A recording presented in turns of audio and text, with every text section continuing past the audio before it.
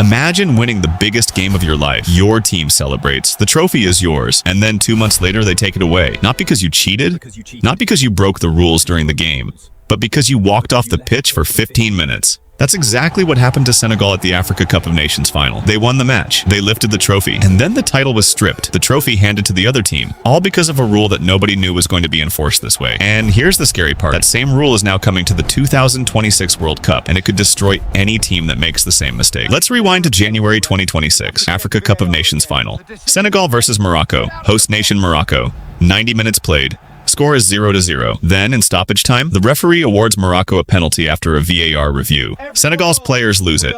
They're furious. They thought they had a goal denied earlier for a foul that shouldn't have counted. Now this? The entire team walks off the pitch. Coach Pape Thiaw orders them to leave in protest. The match stops for nearly 20 minutes. It's chaos. Fans are confused. Broadcasters have no idea what's happening. But here's where it gets interesting. Sadio Mane, Senegal's captain, stays on the pitch. He convinces his teammates to come back. They return. Play resumes. Morocco takes the penalty. Goalkeeper Edouard Mendy saves it. Game goes to extra time. Pape Gueye scores the winning goal. Senegal wins the Africa Cup of Nations title. They lift the trophy. They celebrate. History made. Or so they thought. Here's the rule nobody knew was coming. Under FIFA and CAF regulations, a team that leaves the pitch without the referee's permission is considered to have refused to play. The referee suspends the match. The competition organizers get involved. And if the walk-off is considered a protest, the team can be forced to forfeit the match. According to CAF regulations, if a team refuses to play or leaves the ground before the regular end of the match without the authorization of the referee, it shall be considered loser and shall be eliminated for good from the current competition. Morocco's federation appealed. They didn't argue about the match result. They simply asked for the rules to be applied. And 2 months later, CAF's appeal board ruled against Senegal. The walk-off amounted to a forfeit. Senegal's 1-0 victory was overturned. Instead, Morocco was awarded a 3-0 win. And the Africa Cup of Nations trophy went to Morocco. Senegal's players were devastated.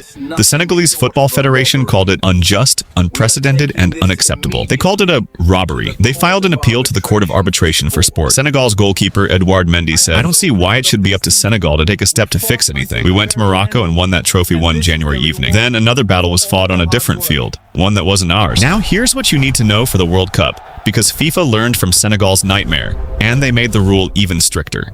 In April 2026, IFAB approved new laws specifically for the 2026 World Cup. The rule is crystal clear. Anyone who leaves the pitch to protest a referee's decision will receive a red card, not a yellow, an automatic red. If a coach or team official incites players to walk off, they get the same red card. And if the match is abandoned because the team left the pitch, they automatically forfeit the game. This rule was fast-tracked specifically because of what happened in the Africa Cup of Nations final. FIFA President Gianni Infantino condemned the walk-off publicly and pushed for tougher rules. In the 2026 World Cup, if you walk off, you get a red card on the spot. And if your team refuses to come back, you forfeit immediately. No waiting. No appeal during the tournament. Your World Cup is over. Pierluigi Collina, FIFA's chief refereeing officer, announced that the 2026 World Cup will be the first major tournament to enforce these new laws. Let me paint a picture for you. You're in the World Cup final. Your team is winning 1-0. The referee gives a controversial penalty against you in stoppage time. Your team is furious. What happens next? Under the new rule, if a single player walks off in protest, they get a red card. Now your team is playing with 10 men. Plus, you just gave away a penalty. You've just thrown away your World Cup final. But it gets worse. What if your coach tells the team to walk off? He gets a red card too. He might be banned from football for months. What if the entire team walks off? The match is abandoned. Your team forfeits the match, your World Cup dream is over, and you don't get to come back and play extra time like Senegal did. Senegal got lucky. They returned to the pitch, they played extra time, they won the game, and even then, they lost the title 2 months later. At the World Cup, you wouldn't even get that chance. The match would be over. The other team wins. You go home. And here's the irony.